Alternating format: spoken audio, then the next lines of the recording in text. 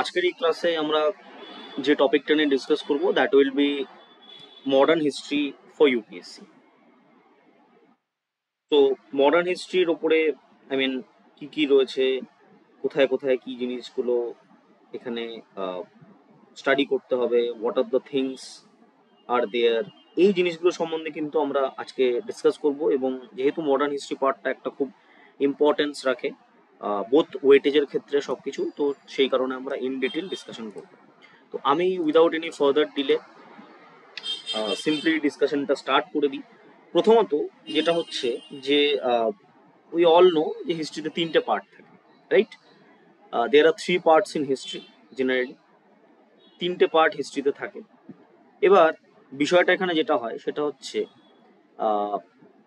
তিনটে পার্টের মধ্যে ইউপিএসসিতে চারটে পার্ট থাকে অ্যাকচুয়ালি, যদি প্রিসাইজলি বলতে হয় আমাকে। একটা হচ্ছে এনশিয়েন্ট হিস্ট্রি, একটা হচ্ছে মিডিয়েভাল, একটা মডার্ন, একটা world history.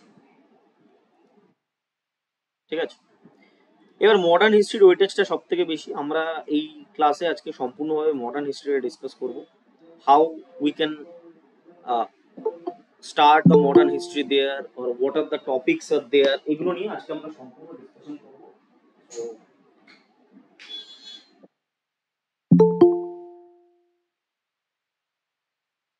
Kindly be on the class properly. আচ্ছা, প্রথমত যেটা বিষয় সেটা হচ্ছে first and foremost thing, the most important thing is modern হিস্ট্রিতে আমরা মডার্ন হিস্ট্রিকে দেখো, জেনারেলি আমরা সবাই একটা জিনিস অলওয়েজ ভুল করি, আমি বরাবর সবাইকে বলে আসছি এবং ফ্রি ক্লাস পেইড ক্লাস দুটোতেই, যে ইউপিএসসিতে প্রিলিমস আর মেইনস আলাদা করে কিছু হয় না। প্রি মেইনস আলাদা করে কিন্তু কিছু হয় না, দুটোর প্রিপারেশনই সেম হবে। ঠিক আছে, দুটোর প্রিপারেশনই কি হবে, দুটোর প্রিপারেশনই কিন্তু আমাদের সেম হবে, একদম এক্স্যাক্টলি সেম হবে। ঠিক আছে,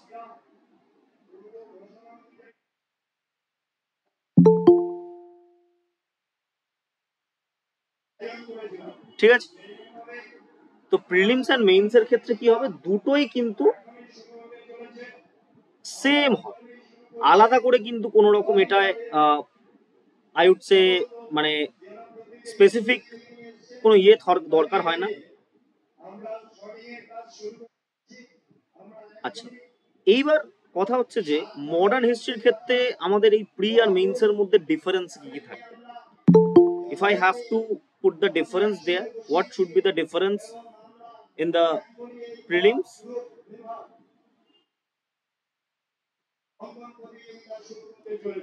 and মেইনস? ঠিক আছে, কি কি ডিফারেন্স থাকবে দেখো। প্রিলিমসে যেটা হয় মডার্ন হিস্ট্রির ক্ষেত্রে কয়েকটা ইম্পর্টেন্ট পয়েন্ট আছে, সেটা হচ্ছে ডেপথটা যথেষ্ট বেশি থাকে প্রিলিমসে। দু নম্বর হচ্ছে ওয়েটেজ মোটামুটি থাকে জেনারেলি 10 থেকে 12টা কোয়েশ্চেন। ঠিক আছে, আর 3 নম্বর হচ্ছে র্যান্ডম এরিয়াস থেকে কোয়েশ্চেন আসে। এটা হচ্ছে প্রিলিমসের বিষয়। এবার আমি এগুলো প্রত্যেকটা পয়েন্টে আলাদা আলাদা করে আসবো। মেইনসের ক্ষেত্রে বিষয় হচ্ছে সিলেক্টিভ সিলেবাস,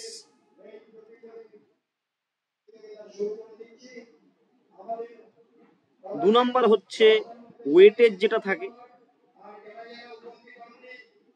প্রত্যেক বছর একদম চোখ বুঝে মিনিমাম মডার্ন হিস্ট্রি থেকে 25 মার্কস মিনিমাম আসবে। This is the bear minimum, মানে এটা আসবেই আসবে শিওর শট। 25 মার্কস আসবে, আপ টু ম্যাক্সিমাম 50 মার্কস অব্দিও আসতে পারে। ঠিক আছে, 50 মার্কস অব্দিও আসতে পারে। বোঝা গেল? ক্লিয়ার আউট হলো জিনিসটা?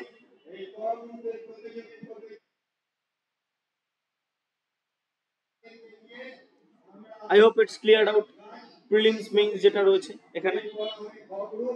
তো প্রবলেমটা হচ্ছে যে ইম্পর্টেন্ট প্রবলেম যেটা বা ইম্পর্টেন্ট এখানে বোঝার বিষয় যেটা, মেইনসে কিন্তু মডার্ন হিস্ট্রি খুব ইজি, সিলেক্টিভ সিলেবাস থাকে, ওয়েটেজ মিনিমাম 25, ম্যাক্সিমাম 50, আমি মার্কসের কথা বলছি, অন বেসিস অফ মার্কস। আর এটা জিএস 1-এ আসে, আমরা জানি কোথায় আসে, জিএস 1-এ আসে, জেনারেল স্টাডিজ 1-এ আসে, ঠিক আছে। তো বিষয়টা হচ্ছে যে এখানে ওয়েটেজটা মোর অর লেস সেম থাকে এভরিডে। মেইনসের ক্ষেত্রে, প্রিলিমসের ক্ষেত্রে যে প্রবলেমটা হয় সেটা হচ্ছে যে প্রিলিমসে যে হিস্ট্রি, মডার্ন হিস্ট্রির যে ডেপথ, সেটা অনেকটা কনক্লুসিভ থাকে। মানে কি? মানে হচ্ছে ডেপথ আমরা কিভাবে জাজ করব। এবার যদি আমি বলি হাউ উই ক্যান জাজ দ্য ডেপথ হিয়ার, তুমি আমাকে জিজ্ঞেস করতেই পারো যে স্যার ডেপথ আমি কি করে জাজ করবো। দেখো, ধরো 1757-এর ব্যাটল অফ পলাশি, এটার আমরা বেসিক যে বলতে পারো আই উড সে এটার যে বেসিক আইডিয়াস গুলো রয়েছে, বেসিক কিছু ফ্যাক্ট আমরা জানি। এবার তার আন্ডারে যদি একটা ফ্যাক্ট বলা হয় যে the number of soldier, exact place and timing, বা তার সাথে সাথে আরো যদি ডেপথ বলা হয় যে কতগুলো রেজিমেন্ট ছিল ওখানে, ঠিক আছে, এক্স্যাক্টলি কতগুলো ট্রিটি সেদিন স্বাক্ষরিত হয়েছিল, অনেকগুলো ট্রিটি স্বাক্ষরিত হয়েছিল, আমরা হয়তো পড়ি না 1757-এর কোনো ট্রিটি সম্বন্ধে, বাট অনেকগুলো ট্রিটি স্বাক্ষরিত হয়েছিল। তো this is called the depth. এটা হচ্ছে বেসিক ডেপথ, এগুলো কিন্তু কমপ্লেক্স ডেপথে চলে যায়। তো ইউপিএসসি কি করে, প্রিলিমসে কিন্তু মানে মডার্ন হিস্ট্রি থেকে কমপ্লেক্স ডেপথ থেকে কোশ্চেন করে, ঠিক আছে। এবার ইন রিগার্ডিং অফ প্রিলিমস, প্রতিটা বিষয়, মেইনসের কোনো সমস্যা নেই, মেইনস স্পেসিফিক কিছু এরিয়া থেকে আসে, সিলেক্টিভ সিলেবাস থাকে। আমি দুটোরই ডিসকাস করে দিচ্ছি, সিলেবাস সম্বন্ধে বা এরিয়া সম্বন্ধে সুন্দর করে, তাহলে তোমরা জিনিসগুলো বুঝতে পারবে। প্রথমত হচ্ছে প্রি বলে দিলাম, আর এটা হচ্ছে main syllabus, syllabus of modern history. প্রির ক্ষেত্রে যেটা হয়, so what you have in pre, সেটা হচ্ছে কোয়াইট একটা ইন্টারেস্টিং জিনিস ঘটে প্রির ক্ষেত্রে। There are 3 part. একটা হচ্ছে মোটামুটি অ্যাডভেন্ট অফ দ্য ইউরোপিয়ান থাকে, একটা ফার্স্ট পার্ট থাকে হচ্ছে অ্যাডভেন্ট অফ দ্য ইউরোপিয়ানস, যেটা মোটামুটি 1600 থেকে 1757 অব্দি এই পিরিয়ডটা হয়, 1 নম্বর পিরিয়ড। 2 নম্বর থাকে হচ্ছে ইস্ট ইন্ডিয়া কোম্পানি, 1757 থেকে 1858। আর 3 নম্বর থাকে হচ্ছে মোটামুটি ন্যাশনাল ফ্রিডম স্ট্রাগল, 1858 থেকে 1947। এই তিনটে এরিয়া থেকে মূলত কোশ্চেন আছে। মেইনসের ক্ষেত্রেও সেম, এইখানে, এখানে, এখানে। বাট মেইনসের ক্ষেত্রে মেইন প্রমিনেন্ট জায়গা হচ্ছে এটা, এটা আর এটা। অ্যাডভেন্ট অফ দ্য ইউরোপিয়ান থেকে খুব রেয়ারলি কোশ্চেন করে, বাট স্টিল মানে এটা যদি ডবল স্টার হয়, এটা সিঙ্গেল স্টার হবে ইম্পর্টেন্স, ঠিক আছে। এই তিনটে এরিয়া থেকে মূলত কোশ্চেন। প্রিলিমসে ওয়েটেজটা বেশি থাকে হচ্ছে মূলত এই সেকশনটা, এই সেকশনটা মোটামুটি 60% ওয়েটেজ থাকে, বাকি এই দুটোতে 20% ওয়েটেজ থাকে। দেখো, বিষয়টা হচ্ছে ইউপিএসসিতে কিন্তু কোনো রকম মার্ক ডিভিশন করা নেই যে আমাকে হিস্ট্রি থেকে 15টা কোশ্চেন করতেই হবে, যেটা কিন্তু ডাব্লিউবিসিএস এ করা থাকে, এবং ডাব্লিউবিসিএস এর নিউ সিলেবাসেও কিন্তু সেটা করা রয়েছে। ইউপিএসসিতে কিন্তু এই জিনিসটা থাকে না, ঠিক আছে। We don't have that thing in UPSC. In terms of UPSC এটা কিন্তু থাকে না, ঠিক আছে।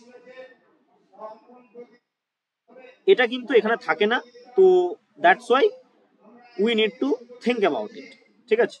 আমাদের ন্যাশনাল ফ্রিডম মুভমেন্টটা ভালো করে পড়তে হয়, বিকজ ন্যাশনাল ফ্রিডম মুভমেন্ট থেকে multiple question they can ask. Clear out হলো? আচ্ছা, so right now if you have any queries let me know. কোনো যদি কোয়ারি থাকে আমাকে বলে ফেলো, one by one.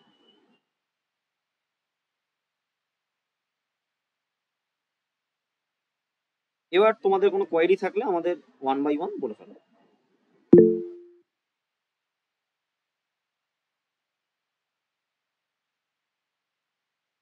Yes Aniket, বলো। Hello sir, good morning. Sir বলছিলাম যে আমি যখন কিছু প্রিভিয়াস ইয়ার কোশ্চেন দেখছিলাম, সেখানে স্যার মানে গান্ধীজির ওপর মানে মেন্সে কিছু কোশ্চেন্স আছে, এবং স্যার যখন আমাদের সমস্ত যারা গভর্নর জেনারেল ছিল সেই সময়কার, তাদের ওপর কিছু কোশ্চেন আছে, এবং রবীন্দ্রনাথ টেগরের ওপর লাস্ট ইয়ার মনে হয় কোশ্চেন এসেছিল। তো বলছি 2023-তে মোস্ট অফলি এসেছিল।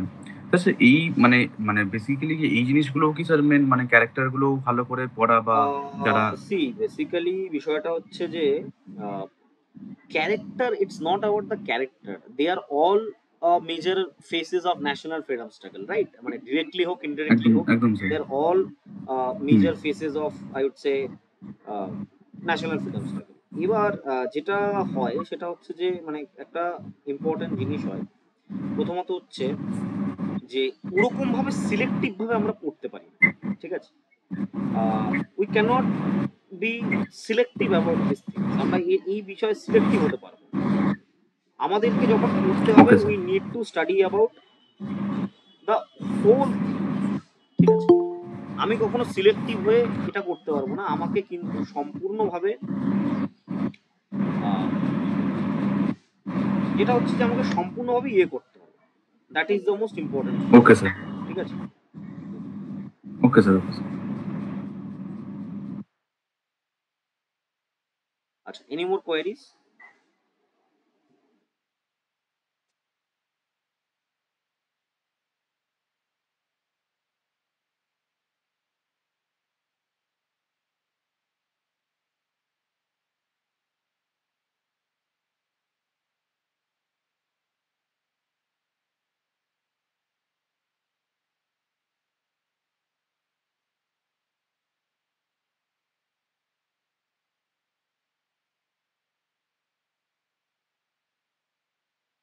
আচ্ছা, any more questions from anyone?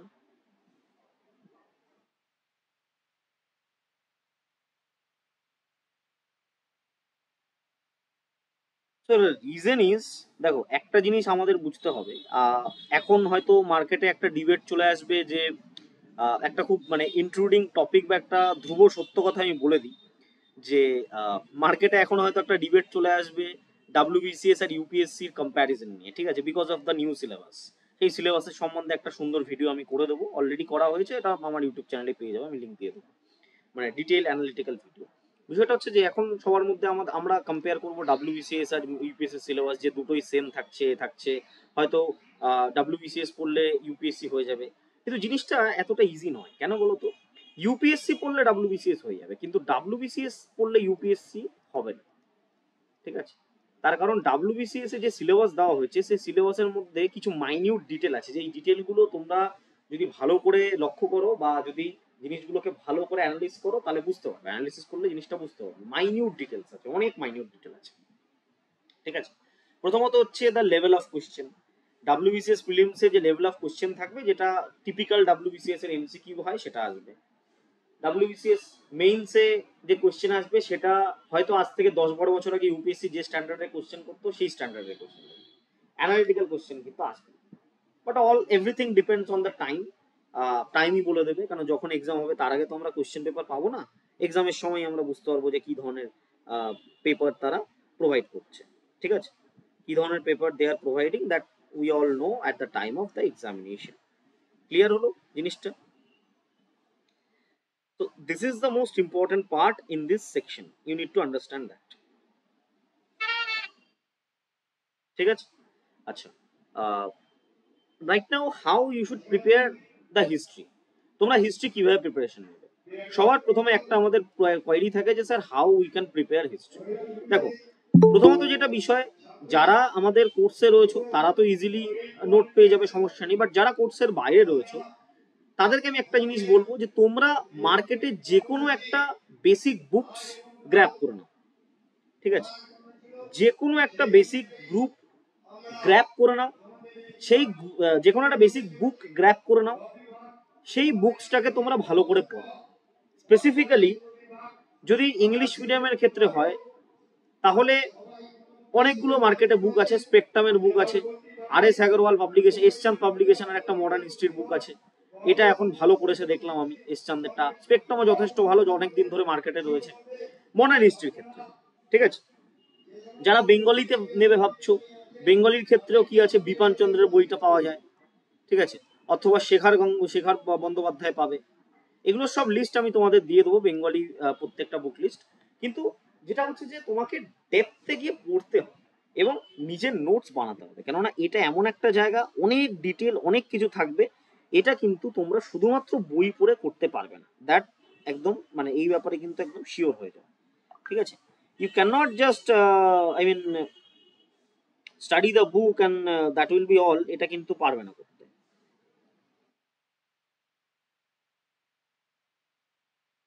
ঠিক আছে? আচ্ছা, এবার ফর দ্য লাস্ট টাইম কারো যা যা কোয়ারি রয়েছে regarding modern history one by one বলে ফেলো, I will be coming to the next topic দেন।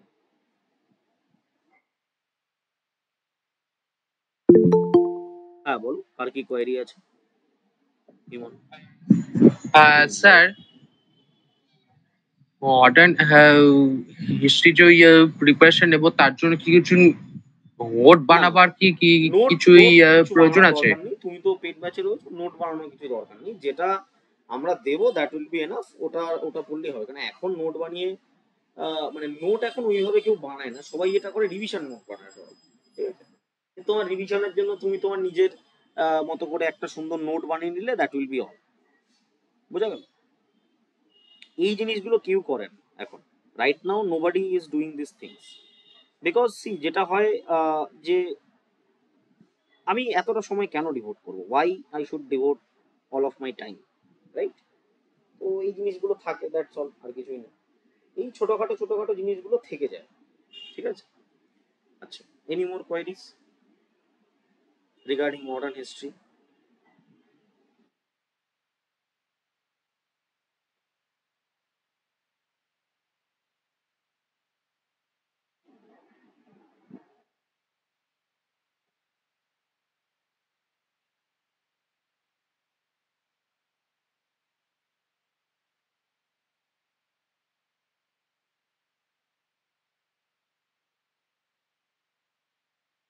ঠিক আছে, বোঝা গেল তাহলে কিভাবে কি করতে হবে।